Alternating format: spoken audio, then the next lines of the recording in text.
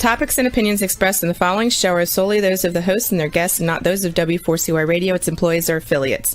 We make no recommendations or endorsements for radio show programs, services, or products mentioned on air or on our web. No liability, explicit or implied, shall be extended to W4CY Radio or its employees or affiliates. Any questions or comments should be directed to those show hosts. Thank you for choosing W4CY Radio.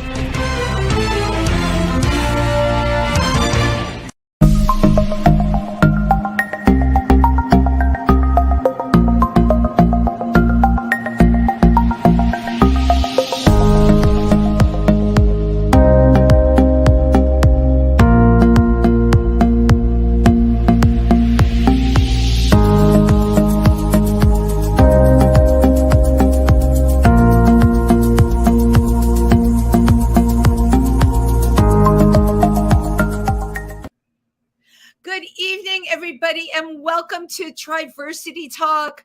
As you all know, I am your hostess with the mostest, Wendy Stewart Kaplan, and my brilliant co-host, Simone Krause. Love it. Simone, a little louder. I need to hear you a little louder. Okay, perfect. Yes. We want to hear, right? Turn up the volume, as they say. I don't talk loud enough, but I will tonight. Okay, great. Scream it from the top of a mountain. It's so great to see you as always, Simone. How have you been lately? I've been doing very good. It's been an exciting week for me. So right. I got to meet Senator Cory Booker and Representative Mikey Sherrill at a town hall held at Edge Pride, which was really great. Oh my God, this is so great. Yeah, I know. It was just out of the blue. I got an email asking if I could attend, and I was there. I even got to ask one question, which was really good. It had to do with transgender people on Medicaid, where 9 states don't allow that. They ban it. And Florida, what they did instead of the Florida legislature voting for it, they created their own commission for standards of affairs for trans people and banned anybody on Medicaid, which goes basically from youth and all the way up to 64 from any standards of care for transgender people. But 2 days later, at the 4th District Court, just ruled that we are covered, transgender people are covered under the Americans with Disability Act because in the last DSM, when they got rid of gender identity disorder and it became just gender dysphoria, we are now covered under it because it's not considered a disorder. So I'm sure we will see this going to the Supreme Court. But you know what? This is so great because once again, okay, the move was against you. And then there seems to be what's happening. And I'm going to say in the universe, some incredible loophole turns up to push back. And that's, as you know, that's what it's all about, is pushing back. I mean, that's unbelievable with the amount of people that are on Medicaid. It is terrible. But, you know, we all like to see the sunshine on the other side. You know, fingers crossed that everything goes smooth and it gets put through. So what was your exact question that you asked? Do you remember? Oh, it had to do it's a dangerous precedent that was set by Governor DeSantis, creating this commission in the state health department. And then they had 2 days of hearings and a lot of anti-trans people testifying. And in 24 hours, they basically said, we're not going to cover anybody. And then Governor DeSantis was behind it. But since it didn't go to the Florida legislature, I mean, it set a dangerous precedent that any state could do that. But and, you know, both representatives, senator and representative, will be looking into it because Medicaid is funded half with federal money. Right. Exactly.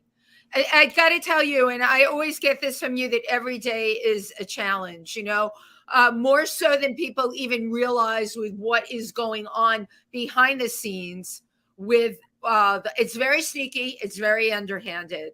All right. But as you're seeing, there's pushback and fingers crossed that continues to happen, you know. Thank you for sharing that with us. I was not aware of that. And this is all the more reason, you know, Simone, I know you're an activist and you speak on panels, all the more reason to continue doing what you're doing, right? Oh, yeah. What was it like? I know who Cory Booker is, and my friend Tim Moss, who's been on the show, is also worked with Cory Booker. What was it like meeting Cory Booker? It was great. He actually took my phone. He is a real professional at doing selfies. He is the king of it. Oh yeah, everyone look up. I'll hold it up. It was great. It was probably one of the best times of my life. Really? Okay, so when I go to your Facebook page, I'll see the selfie that you did. Oh, okay. Now I have to do that. Now I'm totally chomping at the bit to do that.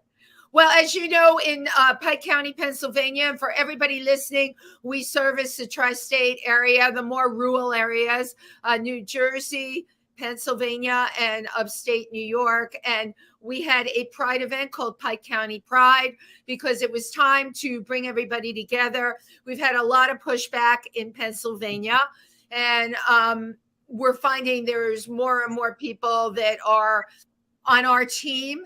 And we gave a pride event and it was a tremendous success. So for people that wanted to know, why are you doing a pride event in August? And my answer to that is, well, why not? Right. And we had wonderful vendors that came to support us.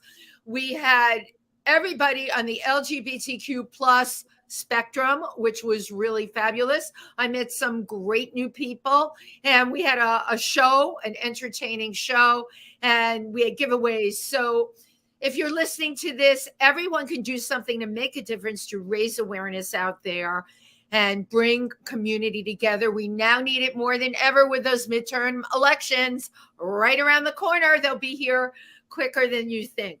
Well, involved. Yes, get involved, phone bank, but every single person. Lots of people say they don't have time, and a lot of people don't. But you know what? Every single person can do one little thing.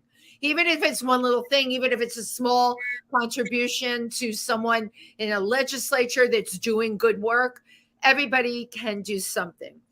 And speaking of activists, I was very impressed by this person that I met during Pride. I was marching this year in New York Pride with the Imperial Court, an amazing organization that does so much philanthropic work all over the United States of America. And I met this wonderful person from Colorado who had a really great activist sign and told me that she was a czarina within the Imperial Court Council, goes by the name Bettie Page. And we started talking. And from talking to Bettie, I found out how the Imperial Court and her sisters helped Bettie find her own truth later in life. I've spoken about this with Simone a lot. I personally believe, when you transition later in life, it's just got a whole set of different challenges. And I call this segment that we're doing Sisters Helping Other Sisters, because at the end of the day, that's what it's about. So I'd like you all to meet Bettie Pages. Well, good evening. Hi, how are you doing? Good. How are you tonight? Oh, I'm doing great. It's a couple hours earlier here in Colorado, and we're at sort of the end of our workday. And so you're catching me before my weekly poker game. Oh, well, oh my God, I'm honored that you were able to squeeze us in before your poker game. And I have to say, it may be the end of your workday, but you're looking fresh as a daisy and loaded with energy. And you're in a warehouse. Yeah, I own a company called Mile High Comics. We're the largest comic book retailers in the world. We own about 15 million comics and trade paperbacks and pop culture toys. And this building that we're in is my little fortress. It's the size of a Walmart, and it has 30-foot high ceilings. And, it's a great place to hide out from the Proud Boys. Because when we do our all ages drag shows in here, we've actually had them show up and, they threatened to kill me and burn the building down and things like that. So. Oh, I mean, you are completely blowing me away. Okay. First of all, the beauty of doing this show, I meet people and I book people on the show purely by instinct. And I met you. You had, what did your activist sign say? Oh, I can't remember. It was one of my trans signs, which basically said that trans transgender people deserve equal rights. Right. But I've actually been driving around the country with a gigantic sign plastered to the back of my cargo van, driving through states like Indiana and Missouri, that say transgender, or we support transgender children and their parents. And I've been just going into, I just went to Texas with that sign, drove through Dallas. I go where the bitches live, and I make sure that they understand that we're not reticent and we're not laying back, and that we're going to be fierce, and that we're going to stand up for our children, and we're going to stand up for their parents.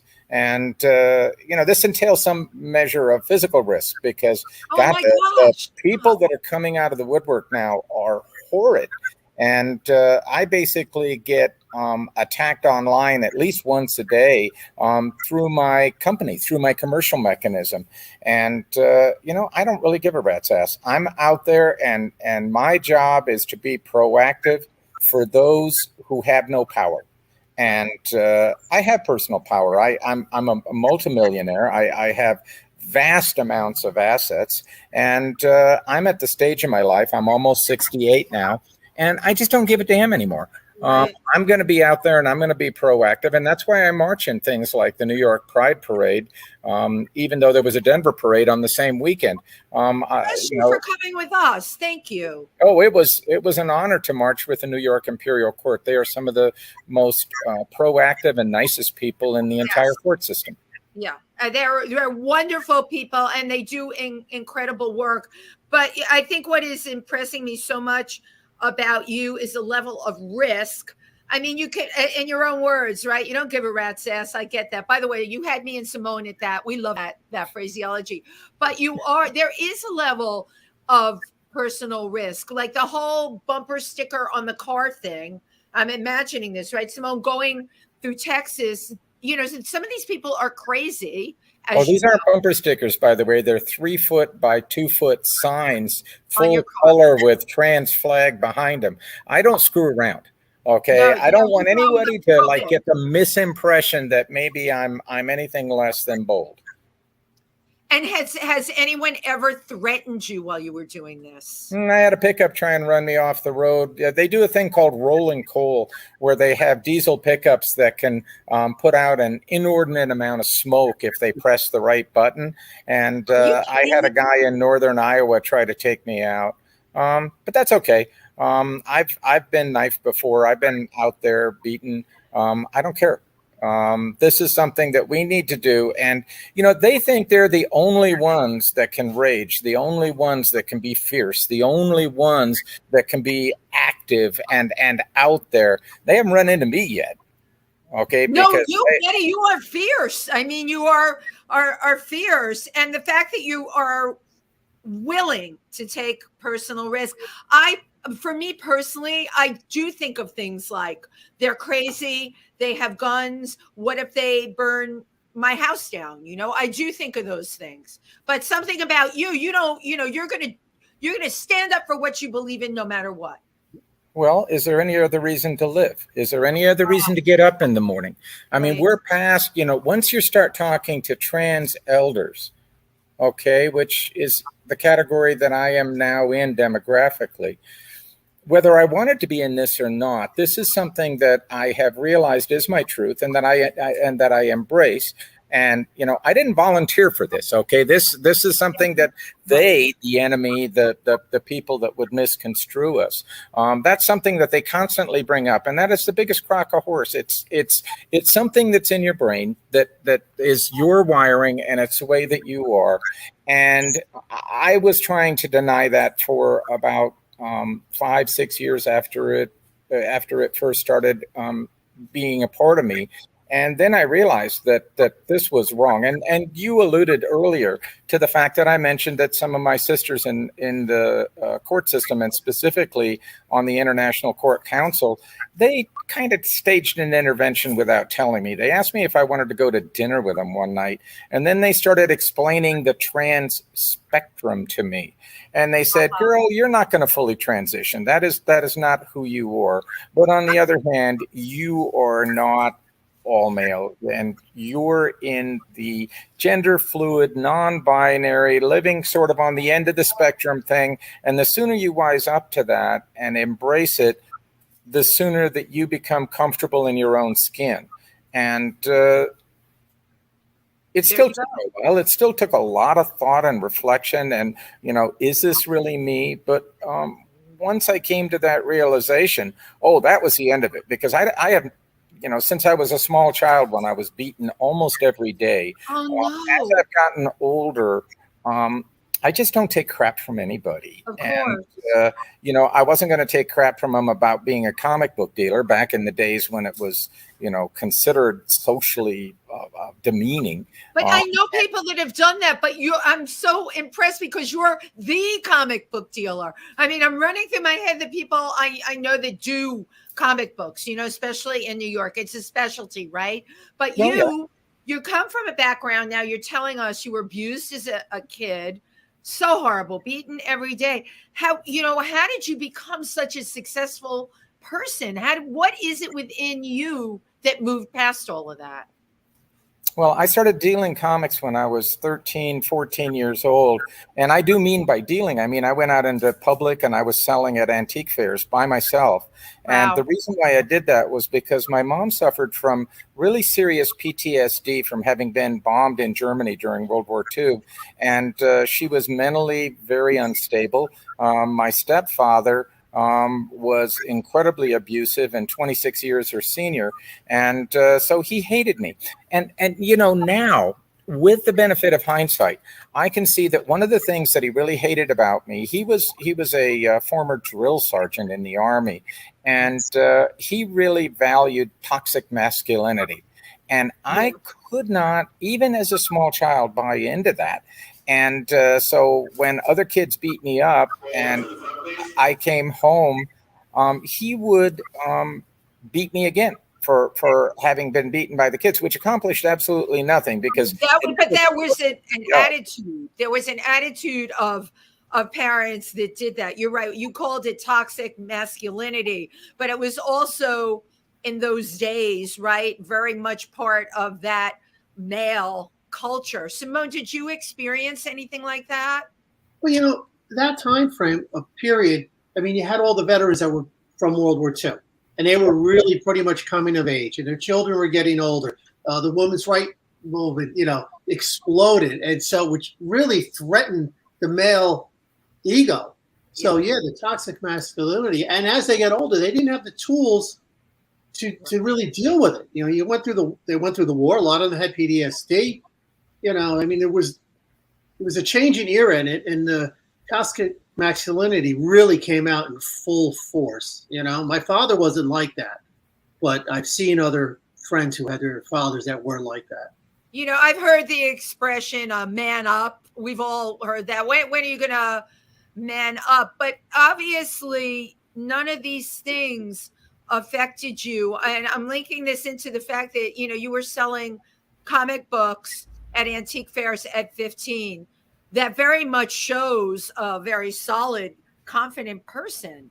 Not, you didn't need to quote unquote man up. You were already at 15 with an abusive background, who and what you were. And you went out there and could do that. That is unbelievably impressive. The self of you overrode the toxicity of your stepdad, and that's you. It was my only way to survive because I had no siblings. I was in America by myself. My mother was mentally ill.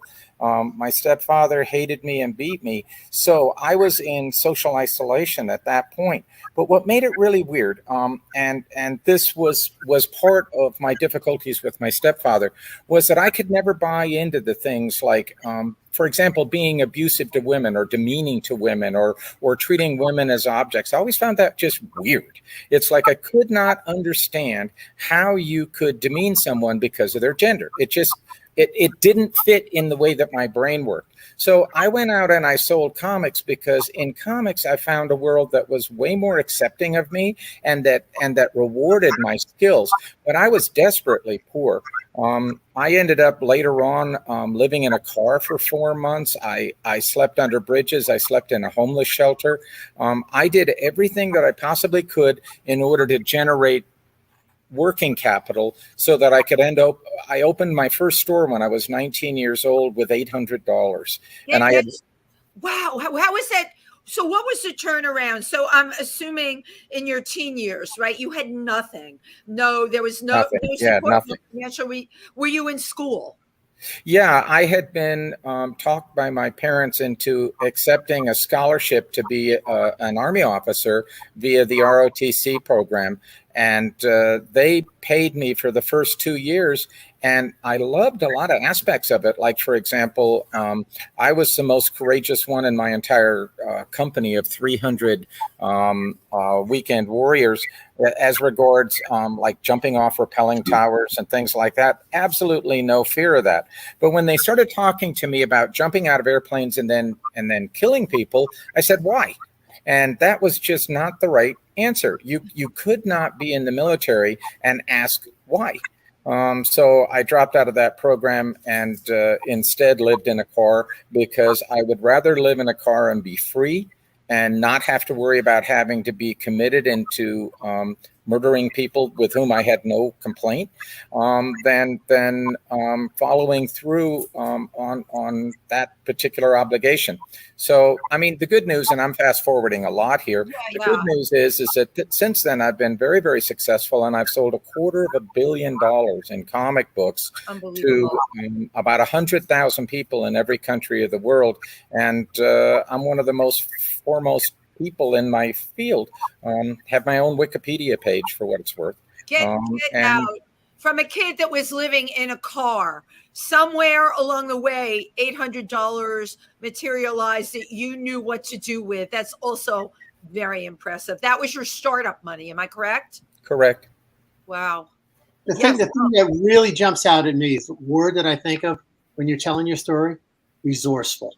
Yes. And I think a lot of trans people that do move ahead with their transition are resourceful to how we deal with our dysphoria.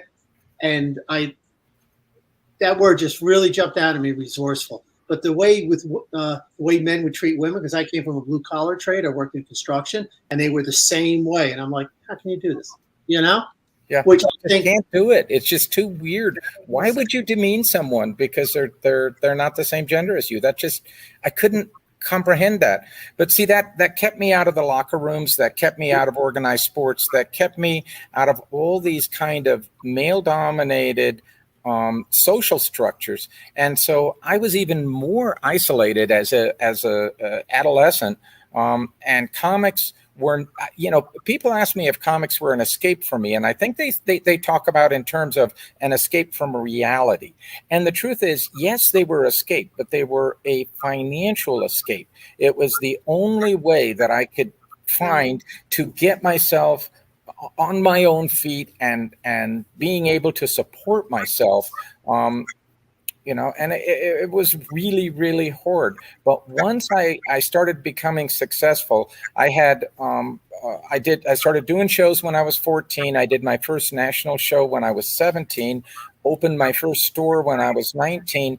I owned 4 retail outlets when I was 21 years of age. And I just refused to let anything stop me. And I was willing to take extraordinary risks because there were no alternatives. There was no fallback. I had no pension plan. I had no support network. I had no one who was going to bail me out. So screw that. Let's just go balls to the wall and just do this. And we're going to do it our way. And heaven help anybody who gets in our way. But it's the fact that you could do balls to the wall. Okay. It's the fact that you could do that. Lord knows you were hit with every single challenge. I mean, you're right. Isolated, no financial support, no family support, no siblings, no friends even, I think, right? No, I had a couple of customers who became my friends who were still my friends. But that's how my social interaction or my social world worked. Wow. Wow. You have such an incredible story. Now, at this point in your life, you 4 stores by the time you're 21.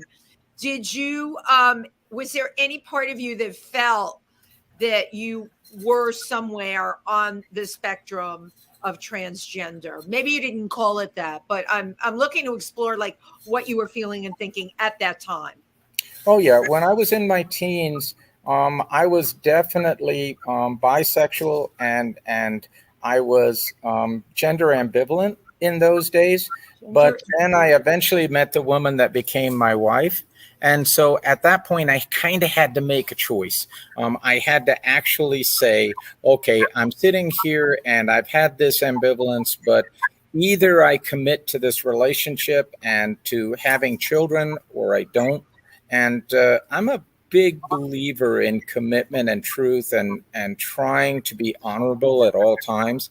And so I got married. I had 4 daughters. I love them to death. And everything was rolling along fairly well, except for a couple of things. And one of them is that in the course of pulling myself up by my bootstraps, my fierceness oftentimes kind of morphed into avarice. And so I became kind of fixated on making money for money's sake. And it all became like a pinball game where I was keeping score. That was one thing. And I really didn't feel terribly comfortable with that, because it also then colored my relationships with other people, where I was way more of a user and less of a cooperator.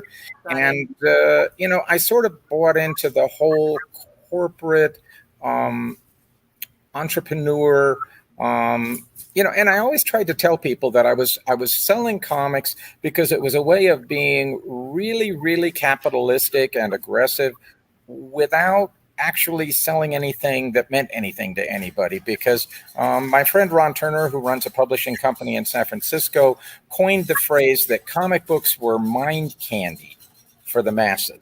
And that's kind of what we were selling. We were selling entertainment. We were selling fun. And so, you buy them low, you sell them high, you do it quickly. And if you run over a few people in the process, what the hey? That's collateral damage. Right. But, and then this is the important part, and this is the Bettie origin story. Okay, we're getting to this. We're getting to Bettie. Okay. Yeah. And then I got bit in the ass by a mosquito while I was in bed. Okay, this doesn't sound noteworthy or consequential, but this particular mosquito was infected with West Nile virus. Get out. And so, I'm lying in bed thinking I should just swat this mosquito, and then I'm thinking I'll wake up my wife, so just let it go. So it bites me in the ass. 10 days later, I'm at Santa Clara Pueblo down in north of Santa Fe, which is one of the 19 surviving pueblos that existed during the Anasazi times. And all of a sudden, I start having serious hallucinations. And I had to leave and drive myself 400 miles home. And hallucinating. You drove yourself 400 miles home, hallucinating really badly. Yeah. I don't even know anyone that's had West Nile. I do know all about it. Of course, it's been in the news, but the irony that would happen to you is just unbelievable. So you had to drive yourself home, and then what happened? Well, I was so sick on the way home that I actually had to get a guy at a convenience store to come out and put gas in my car because I had forgotten how. And so I got up. I finally managed to get myself to the emergency room at Boulder Community Hospital. And it took him no time at all to say, hey, guess what? You got West Nile. This is so classic of symptoms, and you're about to go down for a few weeks, couple months. Really? And good luck. Bye. There's no treatment. Oh, and by the way, when we did that little CAT scan of your brain, we noticed that a big hunk of your left temporal lobe is missing. How'd that happen? Wow. It's like, what the hell are you talking about? So, here I am. I'm 48 years old, and I suddenly find out that a big hunk of the left side of my brain is not there. I have what's called an arachnoid cyst, which is what fills in the hole when a part of your brain doesn't develop. Is this something that someone is born with? Again, this is a genetic anomaly, right? Yeah. And it turns out, I found out later on, I have my father, who abandoned me when I was a 6 months old, had some other kids. So they're half siblings of mine. And one of my half siblings actually died from this same condition because an arachnoid cyst is like glass. They're very, very rigid, and they can shatter. And when they shatter, if they shatter, then it pierces your brain, and it's like the equivalent of having a massive stroke, and you die. So I walk around every day with kind of a sword of Damocles in my brain. If someone punches me in the head, I'll die. That's just the end of that. But I did not know this until I got West Nile. So anyway, I had West Nile, and at that particular moment, 2003, Northern Colorado had a huge outbreak, the biggest in the nation. And we had 6,000 people that got it, that they tested. They stopped testing after a while because they didn't want to run their numbers up. But 6,000 people that they tested that came out positive. About 70 of those people died. And then I was in a West Nile support group where a lot of other people had paralysis, some of which mitigated over time, some of which did not. A lot of people got really, really ill with things like what we call long COVID now, where they had piercing headaches. And that's what hit me. I had long West Nile for about 3 years, where I had severe cognitive impairment from 2003 through 2006. And that's a long time. My gosh. Oh, we're not there yet. So from 2003 to 2006, I basically had nonstop swelling in my brain, which caused periodic migraines that were so bad that I would go fetal for 30 hours at a time. And I couldn't even move, couldn't open my eyes. And the doctors just said, gee, that's a shame. That was the extent of the help. And, it's not like COVID. I mean, COVID today, everybody's doing all this research and trying to figure out what the hell they can do for all these sufferers. When it was just me, nobody gave a shit.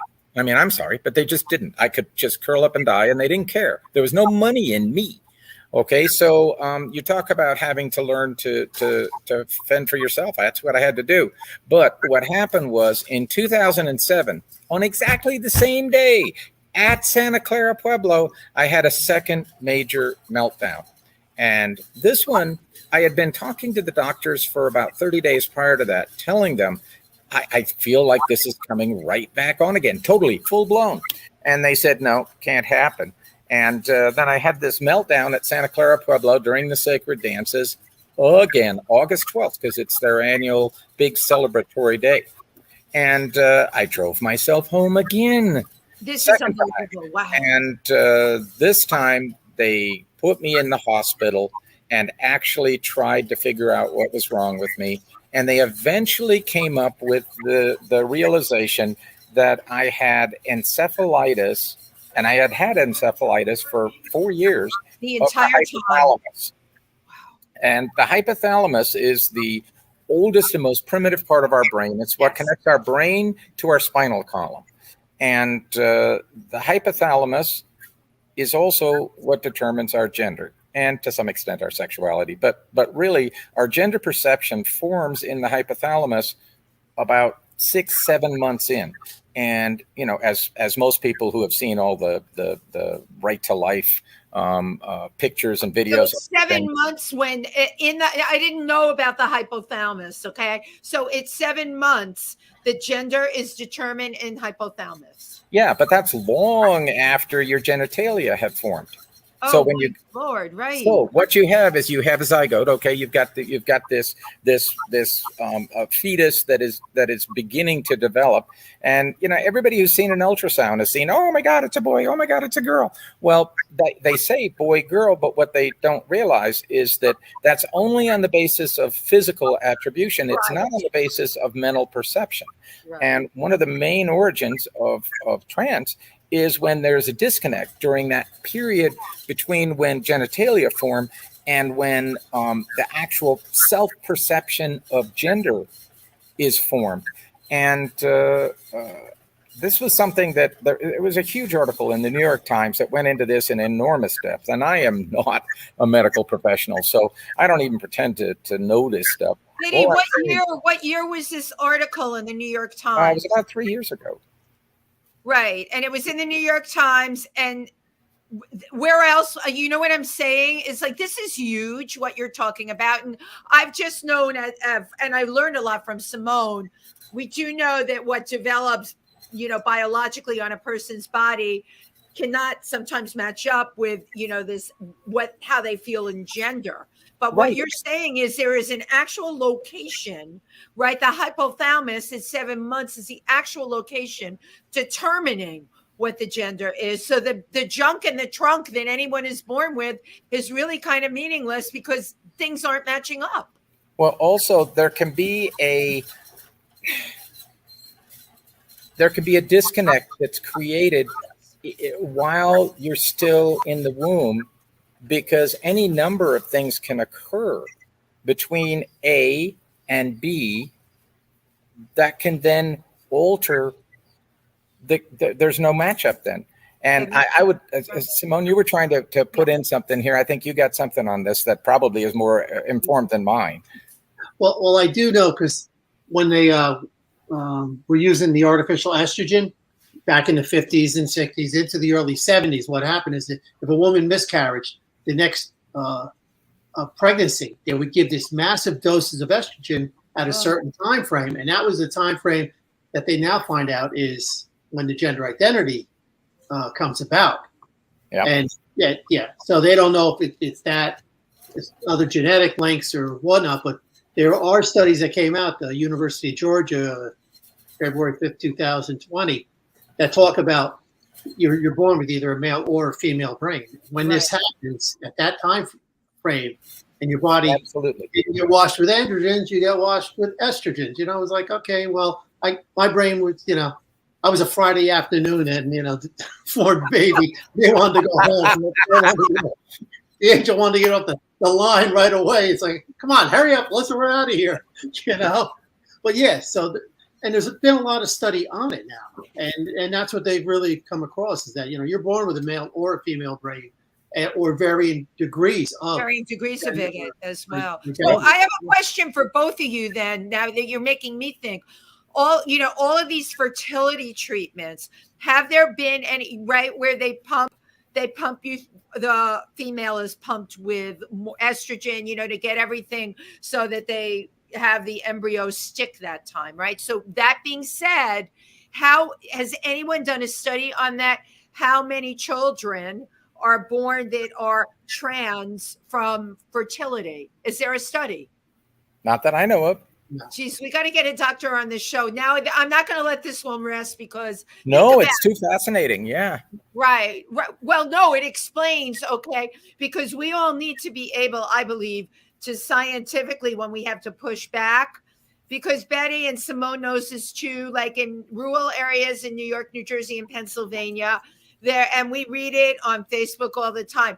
There's only, as far as I'm concerned, there's only two sexes, male and female. There is no, and it's just a complete lie, as we know. But and what I come back with right away is that 1 out of every 80,000 assigned female births, at birth, is actually, they have an XY chromosome, and it doesn't become apparent because all of a sudden, when they become of age, when they should have a puberty, they don't. They do some testing, then they do a genetic testing. It's like, oh, by the way, your daughter has XY chromosome. Right. Yeah. So, I mean, if that's going to happen, 1 out of 80,000, 1% of the population can have what? So you're saying 1 out of 80,000. Here's what I'm saying from practical experience, and you too, Simone. There are an awful lot of trans kids, children, young children, and Simone will back me up on this, all right? This is not a case of a kid going through a phase. I know some of these kids, all right? It's not a phase. So why is this all happening now? What is making this happen now? Yeah, Simone. Okay, I'm just going to put right in on that. Yeah. Okay, we just came out with a long-term study. They followed transgender adolescents for 5 years, and they found out once they come out as trans and they identify, 97.5% of them don't change their mind. There's a few, 2 or 3% that detransition, but then go back, and a couple that because it's just too hard, or the family. But basically, it's 97.5%. Child comes out as trans, they are. They also just came out with another study that they were talking about so many young girls, female, identifying as male, whether it was a social construct, and they're finding out now that it's not. They're not influenced. Oh, right. I think I'm going to go right back. Years ago in the 50s, no, they didn't want anyone to be left-handed, and they smack your hand or whatnot, and then eventually they stopped doing that. And 12% of the population is left-handed. I think if they do not start beating down on the trans community and just let this naturally happen, I think about 1.7% of the country will be transgender, and it'll just level out there, and then it will go up higher or lower. But right now, we're not allowing it, and we're doing studies. No, right. But at least, you know what? I always will find the upside to it. At least studies are being done. Betty, I want to hop back to this because, I could talk for hours as Simone could. I could too. So one of the things that you told me was, the court council, of course, helped you find your truth and find where you were in the spectrum. But prior to that, you started to do drag. Now, I want to paint this scenario. You were married, you had a wife, you had 4 daughters. When did you start doing drag? Well, I was, my company, remember earlier I said I got sick for 3 years? Yes. Well, I was sick from 2003 to 2006. I was better for most of 2007 until August 12th. And then I went down for another 3 years. I can't believe what a story. And so I had 6 years where I could barely read anymore. I definitely could not read maps. I couldn't do numbers in my head. Try being a business person, an entrepreneur, if you can't do calculations, percentages in your head. It was a nightmare. I was at a show down in Florida where some friends of mine lived, and I ran into this young lesbian girl by the name of Ashley Mbezi, and just kind of spur of the moment, I said, hey, would you be willing to drive around with me and basically be my seeing eye lesbian? And she agreed. And, so all of a sudden you got this really cranky pants, old brain dead comic book dealer and this young, vivacious, smart as hell little lesbian girl. And we're out and we're a team. And we start driving all over the country. And, she liked chasing tail a lot. She took me to gay bars. I had never been in a gay bar in my life. Are you kidding? And so, of course, she takes me into Bunkhouse out on Long Island, which is one of the Bunkhouse. My God, my PR person used to be the person that owned it, Eileen Shapiro. I know. Well, that was a very well-worn gay bar. Let me just say, I've been in a lot of gay bars since then, and on the skeezy spectrum, the Bunkhouse was at least towards the end of its days, was definitely had bathrooms you didn't want to go in, but it was an interesting place to start, and I met my first drag queens there, and this was the really strange thing. A lot of things had changed for me at the time that I met Ashley. I decided, for example, that I no longer wanted anything to do with death. So I stopped eating any kind of animal flesh whatsoever. I couldn't handle it. It was something that it wasn't philosophical. It was visceral. It was something where, when I was sick the second time, they had to do a spinal tap on me, and I checked out and they had to bring me back. And I find that as being a transitional point in and of itself, because all of a sudden money didn't mean anything to me anymore. I didn't want to have anything to do with death. I really didn't want to, per se. I didn't even want to continue with my business in the way that I had done it before. I was determined that I would no longer be that avaricious a-hole that was out there trying to conquer the world. I didn't care anymore. And so everything was changing for me at that moment in time. And then I saw boys in dresses and I said, oh my God, she's cute. And I love those shoes. Bitch, where did you get those? And it's like, why am I saying these things? Where did this come from? And I could not understand. Okay, Simone, everybody else, okay, I really feel kind of cheated here. I got to tell you, okay, Wow. because, all the 8-year-olds that come out and say, well, I'm not a boy. I didn't get any of that. That was like the furthest thing from my damn mind. I would occasionally think that a boy was cute. And gee, I'd kind of like to be with him. But that's a whole different thing from, I'm not who I was before. And so I had to start interacting with queens. I had my first crush on a drag queen, Kelly Torelli, up at the drugstore in Montreal, cute as a bug. Things got really weird. And yeah, my wife started getting a little weirded out when she saw these drag queen photos on my phone. I was going to ask about that. I don't know how old your kids were at that time, but now you have this realization, or as I call an epiphany. How is that affecting your family? It's been okay. I think that all of them would prefer that I didn't have this epiphany, and they're all having to greater or lesser extents, try to rationalize who and what I am. And basically, this whole thing that I come up with of honey, it's brain damage. There's nothing I can do. That's very convenient. And so, thank God for the New York Times. Anyway, it helps me a lot, but it really is true that I had zero interest in being a part of the drag community. Had never been in a gay bar, had never seen a drag show. I take it back. I was at Raymond's in London watching a burlesque show, and they had a drag queen that was impersonating one of the burlesque dancers. That was the extent of it. Then all of a sudden, I'm like completely immersed, enthralled. Yeah. And little by little, I got involved with the Imperial Court in Denver. And I was doing that, and I had a straight woman who was my partner in introducing me to the Imperial Court in Denver. And she and I went around for about 6 years together. And she actually taught me all about drag. She had been the protege of a really noted Denver drag queen, and knew what all the nomenclature was, knew what all the etiquette, what all the unwritten rules were. And she did a great deal to school me. The only trouble is that she was raging bitch. And so that did kind of cause a lot of consternation. And also, and this is really important, she did not want me to be a queen. She wanted me to be a straight guy and be her escort and her purse holder so that she could be the queen.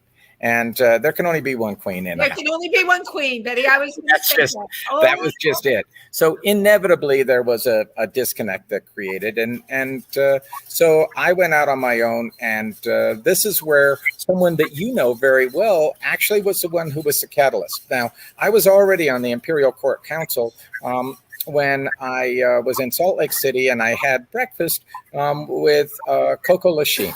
Oh, I love Coco. Coco Lachine is the Queen Mother of New York, and a really good friend of mine, and I love her to death. And she needed a ride to the airport early in the morning, and I was the only sucker willing to get up that damn early. And so we had Coco anything. Yeah, correct, Coco. Yeah. But anyway, we had breakfast in the hotel, and she turned to me and she said, "Is the day ever going to come when you actually start living your truth?" Wow, that's like right between the eyes. Yeah, it really was. And it was like, well, but I'm still hanging out with this straight girl, and she hates me in dresses, and lobbity. Well, anyway, that basically was the moment. That was the moment when I said, I have to rethink this all. I have to rethink who I am. I have to rethink who I'm going to be. Now, let me interject the money part of all of this. Oh, because this is super important. I mean, right here behind me, I got all these comic books in boxes. But what those comic books represent is opportunity, because I have about 100,000 customers that buy from me on a fairly regular basis. Not all of them at the same time. I mean, we're talking about spread out. But within any giant population like that, you're going to have a percentage of homophobes. And you're definitely going to have a percentage of people that are transphobic. And one of the things that I'd had to be very careful of, even to the extent of wearing masks sometimes, was that when I went out in drag, I didn't let any photographs occur because I thought that some people would blackmail me and threaten to expose me in the straight world. And what I had to finally resolve was that I was done with that and that I was going to come out, and there's no halfway. Okay, when you're running an international business, you cannot say, oh, and by the way, I put on frocks now and then. No, Right. that doesn't work. Either you explain, I'm doing this because I'm on the trans spectrum and I'm gender fluid, and Betty is a part of my heart, and I refuse to let her go. And if you can't deal with that, if you find the fact that I'm a duality rather than a mono, move on. Move on. Wow. I'm done with you. We are at the end of our 50 minutes, and I can't think of a better way to wrap this up. And I also want to talk really quick and just say, you are such an incredible role model, and choosing your truth, living your truth. You have your business, you have your life, you are living what you believe in. My gosh, Bettie Pages, what more could any of us want in the world than what you're doing right now? Well, we can hope, and what we want is a better world for our children. And the children of our community deserve better than what they're getting right now. And I will fight for them till my dying breath. You are a force. I get to take one picture before we have to say goodbye, everyone. Cheese. Betty, you and I will be in touch, of course, again. Simone, I talk to all the time. Thank you from really the bottom of my heart. You blew me away so many times tonight. Simone, thank you you're always such a tremendous co-host filled with such knowledge. Thank you to our audience who tuned in. We will see you all next week. Bye, everybody. Thanks, Simone. It was nice to meet you. Pleasure.